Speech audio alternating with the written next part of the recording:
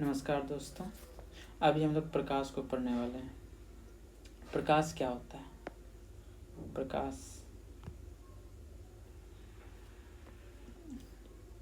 प्रकाश एक प्रकार की ऊर्जा है जिसके सहारे हम किसी वस्तु को देख सकते हैं। मतलब एक प्रकाश एक एनर्जी है जिसके सहारे वस्तु हम किसी को देख सकते हैं। वस्तु को हम प्रकाश के माध्यम से ही किसी वस्तु को देख सकते हैं। अगर हम किसी अंधेरे कमरे में चले जाएं, हमारे पास आँख रहते हुए भी हम कुछ नहीं देख सकते। क्यों? क्योंकि वहाँ पे प्रकाश नहीं रहता है। इसीलिए प्रकाश क्या है? प्रकाश के सहारे हम किसी वस्तु को देख सकते हैं। एक प्रकार की ये एनर्जी है। प्रकाश का ये डिफिनेशन होता है। आज हम लोग ऑप्टिक्स चैप्टर पढ़ रहे हैं, तो सबसे पहले समझते हैं ऑप्टिक्स चैप्टर में सबसे पहला आता है प्रकाश क्या है। उसके बाद आता है न्यूटन ने प्रकाश के बारे में क्या बोला। न्यूटन ने प्रकाश के बारे में क्या बोला, इसको समझते हैं। प्रकाश एक कण है और ये सीधी रेखा में गमन करती है। न्यूटन का कहना था कि प्रकाश एक कण है जो एक सीधी रेखा में गमन करती है। अर्थात क्या हुआ कि जैसे प्रकाश जो है वो सीधी रेखा में गमन करती है, ऐसे सीधी रेखा में। अगर हम कह दें प्रकाश की अगर प्रकाश के पाइप है, ऐसे ये पाइप है, ऐसे ऐसे ऐसे ऐसे ऐसे ऐसे, अगर इस पॉइंट से, सॉरी ये कुछ और बन गया,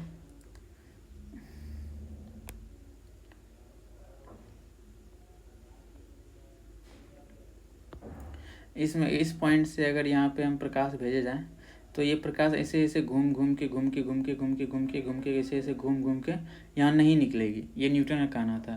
प्रकाश सीधी रेखा में गमन करती है। वो अगर सीधी स्ट्रेट कोई माध्यम है तो उसी में प्रकाश गमन कर सकती है, सभी टेढ़ी मेढ़ी रेखा में गमन नहीं कर सकती है। ये कहना का मतलब था। उसके बाद हाइगेंस है। हाइगेंस ने क्या बोला? हाइगेंस के अनुसार प्रकाश तरंग के रूप में गमन करती है। अर्थात कि प्रकाश जो है वो तरंग के रूप में गमन, ये कोई वेव ऐसे ऐसे वेव के रूप में गमन करती है प्रकाश। ये हाइगेंस का कहना था। हाइगेंस ने क्या कहा? प्रकाश तरंग के रूप में गमन करती है। इसने एक व्याख्या करके बताया कि जिससे एक पत्ती व्याख्या की कि पत्ती की परछाई गोल बनती है। इसने इसलिए तरंग बोला कि अगर पत्ती की परछाई गोल बनती है तो इसका मतलब है कि प्रकाश मुड़ जाती है। जैसे कि ये पत्ता है, अगर ये लीफ है तो यहाँ देखिएगा ये हल्का से यहाँ पे पत्ता के साइड में कटिंग रहता है, हल्का हल्का हल्का हल्का। अगर जिस पे प्रकाश पड़ती है तो वो क्या होती है, हल्का से मुड़, इस पत्ते से मुड़ पार हो जाती है। तो इसने जिसकी वजह से ये परछाई जो इसका गोल बनती है। इसकी व्याख्या किसने की? हाइगेंस ने किया। इसे ही प्रकाश का विवर्तन का कहा, सिद्धांत का, कि विवर्तन की घटना में क्या होती है, जब कोई प्रकाश गमन करती है तो उसके माध्यम कोई वस्तु आती है तो वो वहाँ से मुड़ जाती है। तो यहाँ डिपेंड करता है कि वो वस्तु कि ज़्यादा नहीं मुड़ती है। अब ये से मतलब है कि यहाँ से वस्तु ऐसे नहीं कि पूरा मुड़ जाएगी, थोड़ा सा मुड़ती है, ज़्यादा नहीं, बस अगर थोड़ा सा, मतलब उसका नाप होता है कि इतना वो मुड़ जाएगी। यह हाइगेंस का कहना था। उसके बाद यंग ने विवर्तन का सिद्धांत दिया। कहा कि प्रकाश की तरंग जब एक दूसरे पर अध्यारोपित होती है तब वो कहीं तरंग वो बढ़ सकती है तो कहीं घट सकती है। इसे वो अच्छा अध्यारोपण उन्होंने सिद्धांत दिया था कि जब तो प्रकाश एक तरंग है जो कहीं किसी बिंदु पे अध्यारोपित होती थी, यहाँ पे अगर ये बिंदु पे अध्यारोपित हुई तो हो सकता है यहाँ पे प्रकाश का तरंग बढ़ भी सकता है और घट भी सकता है, जिसके माध्यम से हमें वो प्रकाश सही से दिख भी नहीं सकती है। ये इसका कहना था।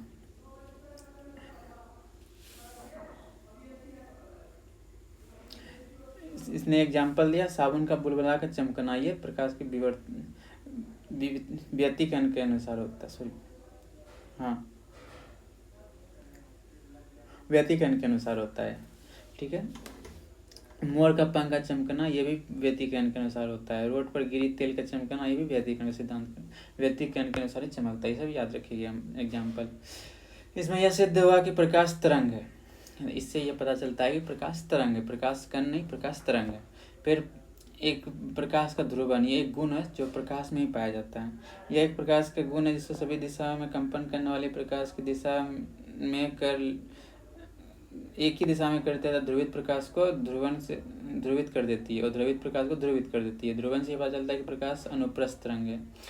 अगर पूछेगा कि अनुप्रकाश कैसी तरंग है तो वो एक अनुप्रस्थ तरंग है। इसका पता कैसे चला है? ध्रुवन के माध्यम से। ध्रुवन होता है कि जब प्रकाश किसी पॉइंट से निकलती है वो सभी दिशाओं में निकलती है, लेकिन जब पोलराइजेशन एक ग्लास होता है जो कि ध्रुवित प्रकाश को ध्रुवित करते, मतलब एक दिशा में फैला देती है, ऐसे ऐसे। तो ये गुण प्रकाश में ही पाया जाता है, इसी वजह से इसको प्रकाश का अनुप्रस्थ तरंग कहा जाता है। आइंस्टीन के अनुसार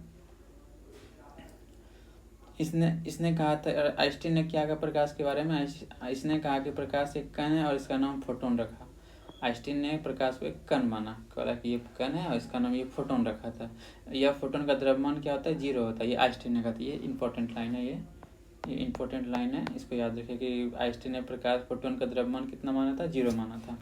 आइंस्टीन ने प्रकाश विद्युत प्रवाह की व्याख्या की थी। प्रकाश विद्युत प्रवाह क्या होता है, जब किसी धातु के प्लेट पर प्रकाश डाला जाता है तो उसमें इलेक्ट्रॉन निकलते हैं। पहली बार फोटोन इलेक्ट्रॉन इफेक्टिव व्याख्या तरंग वाले नहीं की, जिस फिर सब सोचने लगे प्रकाश का नया तरंग। मतलब हुआ कि जैसे कोई धातु का प्लेट है, इस पर प्रकाश डालें तो ये इससे इलेक्ट्रॉन निकल जाएगा। ये आइंस्टीन का कहना था। तो सब आइंस्टीन ने कहा क्या, प्रकाश एक कण है, और सब ने क्या बोला था, प्रकाश एक तरंग है। तो अब ये सब आश्चर्य करने लगे, इस प्रकाश कण है या तरंग, सब दो सिचुएशन में आ गए। तब डी ब्रोगली आया, इन्होंने प्रकाश के द्वैत सिद्धांत का वर्णन किया। पूछेगा प्रकाश के द्वैत सिद्धांत का वर्णन किसने किया, तो डी ब्रोगली ने किया था। यह प्रकाश कण भी और तरंग भी, इन्होंने क्या कि प्रकाश कण भी है और तरंग भी है। कण के सिद्धांत के तरंग का तरंगदैर्घ्य निकलता है। बोला कि कण के सिद्धांत से प्रकाश का हम तरंगदैर्घ्य निकाल सकते हैं। और तरंगदैर्घ्य निकालने के लिए फिर होता है लैम्डा बराबर h/mv, म्यू होता है एम होता है, जहाँ h क्या है, प्लंक्स कांस्टेंट है। अतः प्रकाश कण भी है और यह तरंग भी है। ये किसने कहा था, डी ब्रोगली ने कहा था। इसने द्वैत सिद्धांत दिया था प्रकाश का।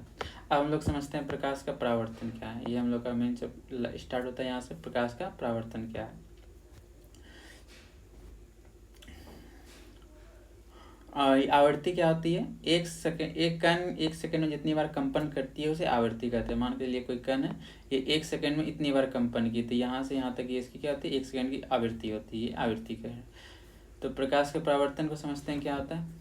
प्रकाश परावर्तन या मतलब लिखा गया परावर्तन, रिफ्लेक्ट मतलब कोई वस्तु से आती है वो टकरा जाती है, तो ये रिफ्लेक्शन कहलाता है। तो प्रकाश का परावर्तन मतलब प्रकाश का रिफ्लेक्शन, मतलब प्रकाश यहाँ से आई और यहाँ से टकरा गई, तो इसका रिफ्लेक्ट हो गया, मतलब इसका ही प्रकाश का परावर्तन कहते हैं। इस प्रकाश के परावर्तन के कुछ शर्त हैं। पहला चीज की कि प्रकाश जो है वो एक सतह से होना चाहिए, चिकना चमकीला सतह से होना, तभी वहाँ पर प्रकाश का परावर्तन हो सकता है। ठीक है, इसके 2 नियम है। पहला नियम क्या है, आपतित किरण, परावर्तित किरण तथा आपतन बिंदु पर डाला गया लंब तीनों एक ही तल में होता है। ये प्रकाश का पहला नियम है। और दूसरा नियम है कि आपतन कोण और परावर्तन कोण आपस में बराबर होता है। ये याद रखिएगा, ये सब पढ़े होंगे आप लोग 10th में, तो ये आप लोग को याद ही होगा। और उसका मतलब है प्रकाश के परावर्तन में माध्यम नहीं बदलने के कारण वेलोसिटी नहीं बदलता। ये हमेशा याद रखिएगा, जब प्रकाश का परावर्तन होता है तो माध्यम नहीं बदलता। अगर ये हवा का माध्यम है तो हवा में वापस लौट जाती है, इसमें माध्यम नहीं बदलता, इसकी वजह से वेलोसिटी नहीं बदलती है, हमेशा ध्यान रखिएगा। यहाँ तरंगदैर्घ्य भी नहीं बदलेगा, आवृत्ति भी नहीं बदलेगा, क्योंकि माध्यम समान है। इसमें सिर्फ रास्ता बदलता है। जब प्रकाश के परावर्तन में पूछा जाए क्या बदलता है, तो सिर्फ रास्ता बदलता है। इसका 2 नियम है, आपतित किरण, परावर्तित किरण तथा आपतन बिंदु पर डाला गया लंब तीनों एक ही तल में होता है। ये आप लोग को ही पता होगा। दूसरा, आपतन कोण और परावर्तन कोण आपस में बराबर होता है। एक सवाल है, इसे सवाल को सॉल्व करते हैं। प्रकाश की किरण सतह से 40 डिग्री कोण पर कोण बनाकर आपतित होती है, प्रकाश के परावर्तन कोण का मान निकालें। इजी क्वेश्चन है। क्या कर रहा है, प्रकाश की किरण सतह से 40 डिग्री का कोण बनाती है, सतह से 40 डिग्री कोण बनाती है, तो आपतित परावर्तन कोण का मान बताना है। क्या बोला, सतह से। ये हमेशा ध्यान रखिए कि सवाल में क्या कर रहा है। जैसे बच्चे लोग क्या करते हैं, सवाल देखते हैं, बोलते हैं 40, ध्यान देते हैं बस 40 डिग्री कोण बना रही है, तो आंसर करते हैं 40 डिग्री, लेकिन ये गलत हो जाएगा। गलत क्यों हो जाएगा, क्योंकि यहाँ पे सवाल कर रहा है सतह से 40 डिग्री कोण बनाना, मतलब ये सतह है, ये सतह है, ये सतह है, इससे 40 डिग्री कोण बना रही है। तो ये 40 डिग्री कोण है, तो ये कितना हो जाएगा, ये 50 डिग्री कोण हो जाएगा, क्योंकि ये पूरा कोण 90 डिग्री होता है, तो ये 40 हो जाएगा, ये 50 हो जाएगा। ये 50 है तो ये भी 50 हो जाएगा, क्योंकि आपतन कोण कोण आई बराबर कोण आर होता है, इस वजह से।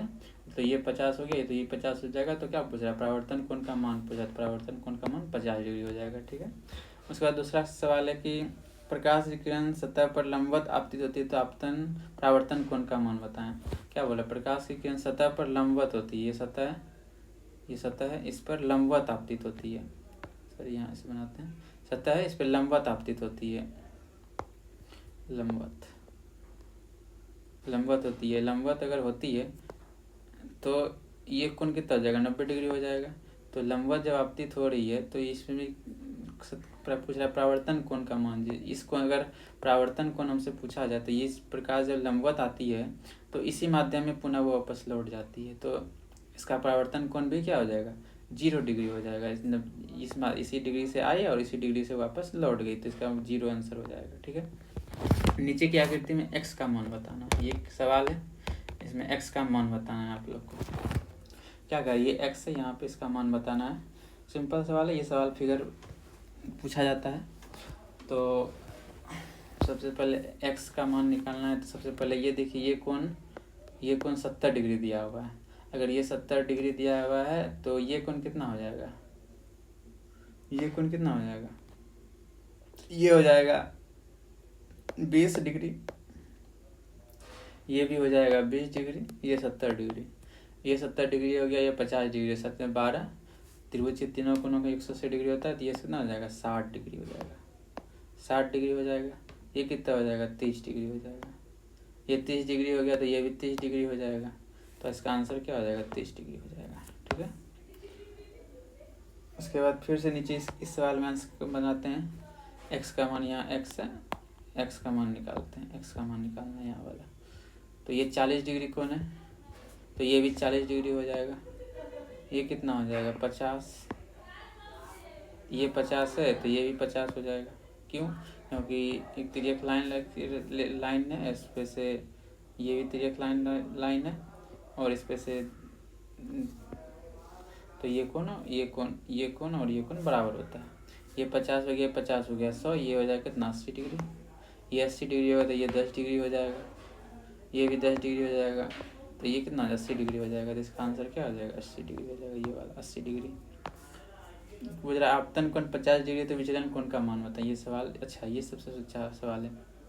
विचलन कोण किसको बोलते हैं, जब प्रकाश की किरण आ रही है और उस रास्ते से वापस लौट गई, तो ये जो आ रही है कितने डिग्री कोण से विचलित कर गई, इसे ही विचलन कोण कहते हैं। तो विचलन कोण निकालने का फॉर्मूला होता है डेल्टा बराबर 180 माइनस 2 थीटा।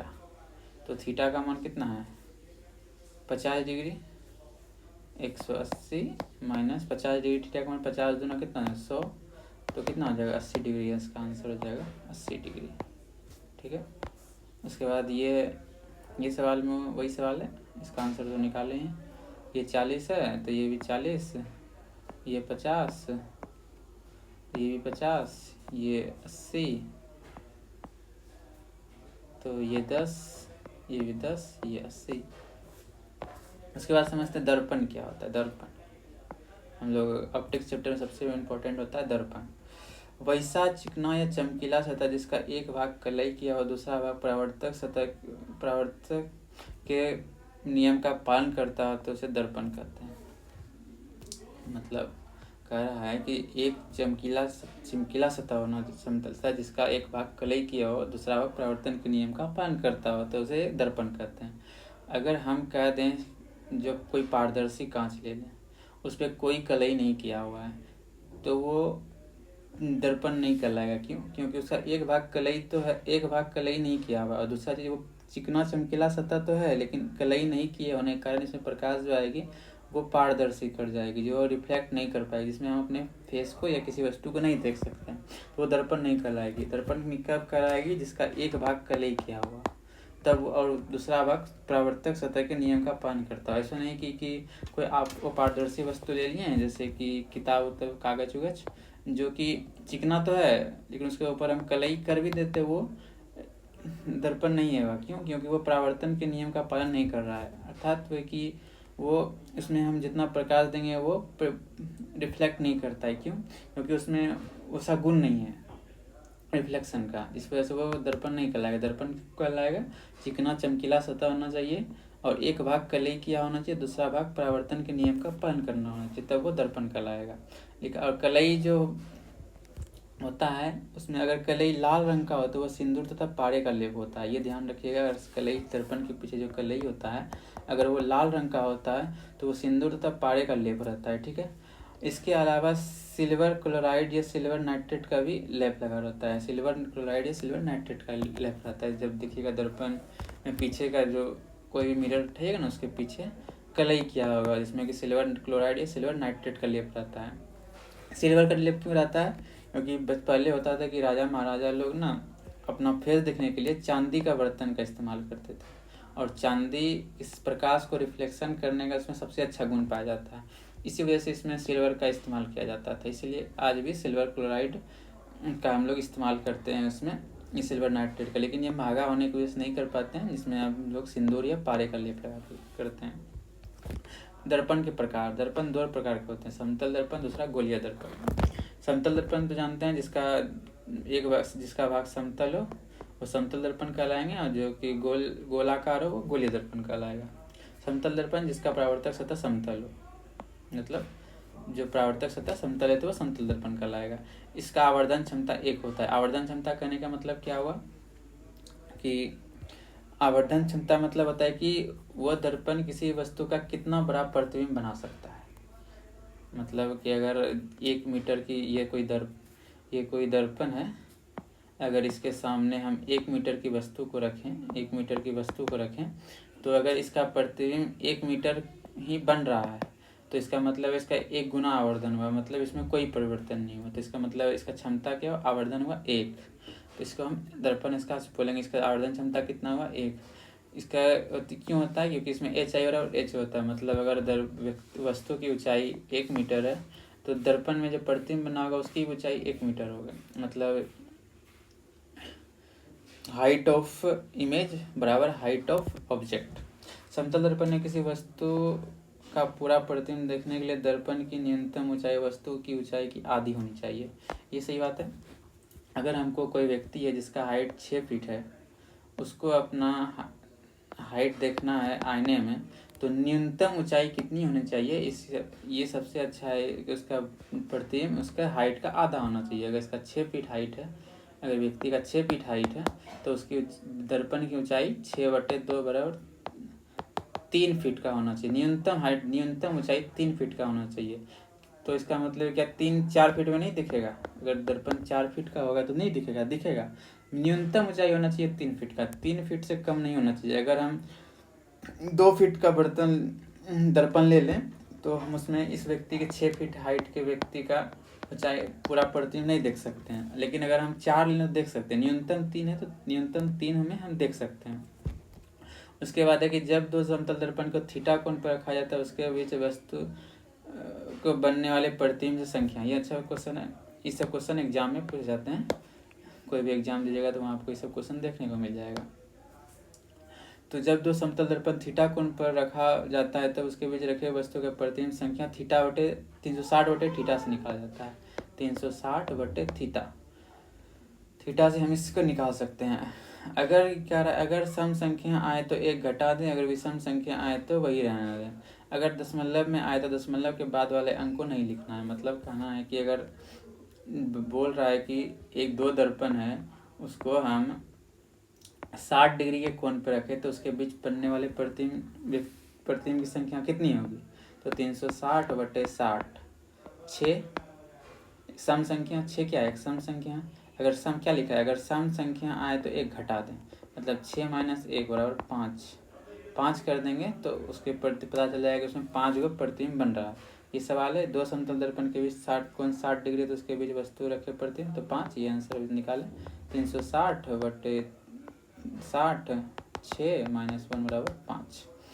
फिर कह रहा है 2 समतल दर्पण 120 डिग्री कोण पर स्थित है तो उस वस्तु पर रखे हुए प्रतिबिंब की संख्या बताएं। ये सवाल भी अच्छा है। तो निकालें इसको। 360/120 कितना हो जाएगा? 3। विषम संख्या है तो इसमें कोई परिवर्तन नहीं कर सकते। उसके बाद 2 समतल दर्पण 70 डिग्री कोण पर स्थित है, उसके बीच वस्तु रखने पर प्रतिबिंब की संख्या निकालें। तो 360/70 7×5 = 35.1 आएगा। तो 1 को नहीं लेना है। तो हम लोग सिर्फ 5 को लेंगे, तो ये आंसर 5 हो जाएगा। ठीक है, दो समतल दर्पण के समांतर रखा जाए तो उसके बीच वस्तु के प्रतिबिंब की संख्या पूछ रहा है। समांतर रखने पर मतलब ये दर्पण ऐसे रखें, ये दर्पण भी ऐसे रखें, इसके बीच का कोण कितना हो गया, 0 डिग्री कोण हो गया। तो 360/0, अगर हम इसको भाग देंगे तो ये अनंत आ जाएगा, तो इसका कितना हो जाएगा, अनंत प्रतिबिंब प्राप्त होगा। लेकिन क्या लगेगा, लेकिन दूसरा प्रतिबिंब सबसे अधिक चमकीला होगा, ये हमेशा ध्यान रखिएगा। इसमें एक क्वेश्चन, ये इंपॉर्टेंट लाइन है, ये आपको याद रखना पड़ेगा कि दो समतल दर्पण के समांतर रखा है तो उसके बीच वस्तु रखने पर कितना प्रतिबिंब प्राप्त होगा, तो ये अनंत होगा और दूसरा प्रतिबिंब सबसे ज़्यादा चमकीला होगा। यदि समतल दर्पण के सामने 5 मीटर दूर वस्तु रख गया है तो उसका प्रतिबिंब दर्पण से कितनी दूरी पर बनेगा। ये अच्छा सवाल है। कह रहा है कि ये एक दर्पण है, इस पे यहाँ से 5 मीटर पर एक व्यक्ति रखा हुआ है, 5 मीटर, तो इसका पूछ रहा है कि प्रतिबिंब दर्पण से कितनी दूरी पे बनेगा। तो समतल दर्पण है, दर्पण पहले दिखना क्या है, दर्पण समतल है, यहाँ लिखा है, यहाँ पे समतल दर्पण यहाँ लिखा हुआ है। तो जो समतल दर्पण में होता है क्या कि जितना दूर प्रतिबिंब से वस्तु की दूरी होती है उसका प्रतिबिंब भी उतना ही दूरी पे बनता है। तो अगर ये 5 मीटर है तो इसका प्रतिबिंब का दूरी भी 5 मीटर पर ही बनेगा, तो ये भी 5 मीटर पर ही बनेगा। तो इसका आंसर कितना आ जाएगा, 5 मीटर। समतल दर्पण का गुण बताना है। यदि कोई वस्तु समतल दर्पण से u मीटर प्रति सेकंड वेग से गतिशील हो तो उसका प्रतिबिंब दर्पण से u मीटर पर सेकंड वेग से गतिशील होगा, लेकिन 2u से वेग से गतिशील होगा, लेकिन वस्तु की सापेक्षा 2 वेग से गतिशील होगा। ठीक है, ये क्वेश्चन ये सही कंसेप्ट है। कहना क्या चाह रहा है कि यदि वस्तु समतल दर्पण से के सामने 2 मीटर पर सेकंड से गतिशील होती है, मतलब है कि समतल दर्पण है, इस पे यहाँ पे कोई वस्तु रखा हुआ है, अगर ये 2 मीटर पर सेकंड के वेग से गतिशील हो रही है तो दर्पण के सापेक्ष ये भी 2 मीटर वेग से गतिशील होगा। मतलब इसका प्रतिबिंब यहाँ पे प्राप्त होगा। अगर ये 1 मीटर है तो ये भी 1 मीटर पर बनेगा। अगर ये 2 मीटर पर सेकंड वेग से होला था, ये भी 2 मीटर पर सेकंड से होगा। तो ये पूछा है दर्पण के सापेक्ष, लेकिन अगर वस्तु के सापेक्ष पूछा जाए तो कितना गतिशील होगा, तो 2u मतलब 2 गुना 2 बराबर 4 मीटर पर सेकंड के वेग से गतिशील है। क्यों होगा, देखिए, क्योंकि ये दो इधर घसकेगा, ये भी 2 इधर घसकेगा, तो यहाँ से यहाँ के बीच का डिस्टेंस कितना आ जाएगा, 2 गुना बढ़ जाएगा कि नहीं। ये वाला डिस्टेंस, अगर इसके दोनों बीच का डिस्टेंस अगर 2 मीटर में यहाँ आता है, 2 मीटर में ये यहाँ आएगा, यहाँ आ जाएगा, तो इसका जो मान के लिए यहाँ पे 2 मीटर पहले था, 1 मीटर बढ़ा तो 1 मीटर और 1 2 मीटर, तो क्या हो जाएगा, 2 मीटर वेग से इसका वेग कितना होगा, 2 मीटर वेग से गतिशील हो जाएगा। पूछ रहा है एक, ये क्वेश्चन है, इस सवाल को सोल्व करिए। एक व्यक्ति समतल दर्पण से 30 मीटर की दूरी पर खड़ा है, फिर वह 2 मीटर पर सेकेंड से दर्पण से 5 सेकेंड तक गतिशील होता है, तो वह अब अपने प्रतिबिंब से कितनी दूरी पर खड़ा है। यह सवाल अच्छा है, इस सवाल को बनाते हैं, आप लोग भी बनाइए।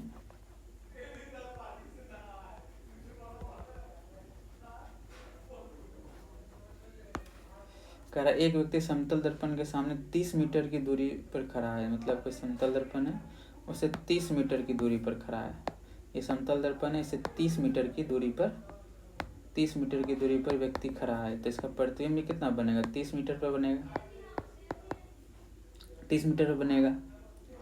तो बोल रहा है कि 2 मीटर पर सेकेंड वेग से 5 सेकेंड तक गतिशील होता है, तो दूरी बराबर क्या होता है, 4 गुना समय, 5 गुना 2 बराबर कितना आ जाएगा, 10, मतलब 10 मीटर ये खिसका यहाँ आ गया, मतलब ये यहाँ आ गया, बस व्यक्ति यहाँ आ गया 10 मीटर, तो ये 10 मीटर चला, ये भी 10 मीटर का प्रतिबिंब खिसका। अब कितनी दूरी बची, 20 मीटर, और ये भी यहाँ प्रतिबिंब कितना बचा, 20 मीटर। तो पूछ रहा है प्रतिबिंब से कितनी दूरी पर खड़ा है, व्यक्ति पूछ रहा है अपने प्रतिबिंब से कितनी दूरी पर खड़ा है, तो 20 मीटर यहाँ, 20 मीटर यहाँ, तो 40 मीटर, ये आंसर हो जाएगा 40 मीटर। आई होप कि आपको ये वीडियो अच्छा लगा होगा। अब इसके अगले वीडियो में हम लोग गोलीय दर्पण को समझते हैं। ठीक है, मिलते हैं नेक्स्ट वीडियो में, तब तक के लिए जय हिंद।